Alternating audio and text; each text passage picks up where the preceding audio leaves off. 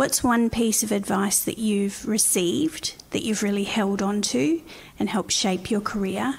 And what's the one piece of advice that you always give to people when helping shape their careers? Okay. Thank you. Good question. Very good question. I think the one piece of advice that was the best advice to me was own your own power. Power is a very complex beast. There's a fantastic new book out about it that I can recommend. And as I mentioned earlier, and again, those who know me know that I on occasion talk about being the shy introvert, and certainly one of the things I have had to do on my journey into leadership is to actually own the power of the role that I am entering into. And by that, I mean owning the decision-making and owning the setting of direction for the area you are all about. Now, I guess what I mean by that is it's not about being more or less consultative with your staff or getting into the dictatorial or not, but it really is, at the end of the day, the roles that we sit in as leaders have delegated decision-making accountabilities associated with them. And I had to learn that me sitting around either consulting endlessly or not really making decisions or so on was not doing any of us any favours. And so that piece of advice to me around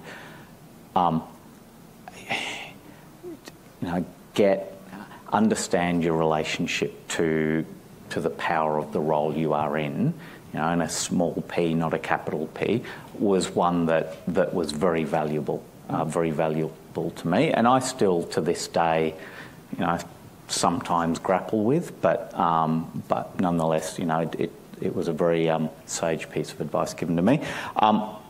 The piece of advice I tend to give to people, particularly those embarking on their own leadership journey, is understand who you are in the context of being a leader.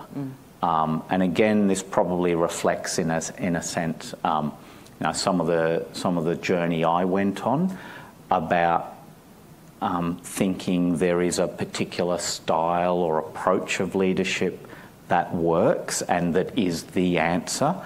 And I think my reflection at this stage of 54 and a half is there's certainly some styles of leadership that do not work. There is no one style of leadership that does work.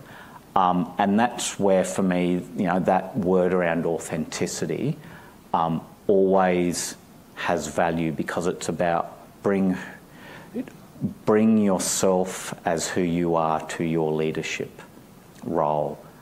So that, someone who is the shy introvert, and for any other shy introverts in the room or online, very good book called The Introverted Leader. For me to try and be a gregarious, extroverted leader would not be a pretty sight. But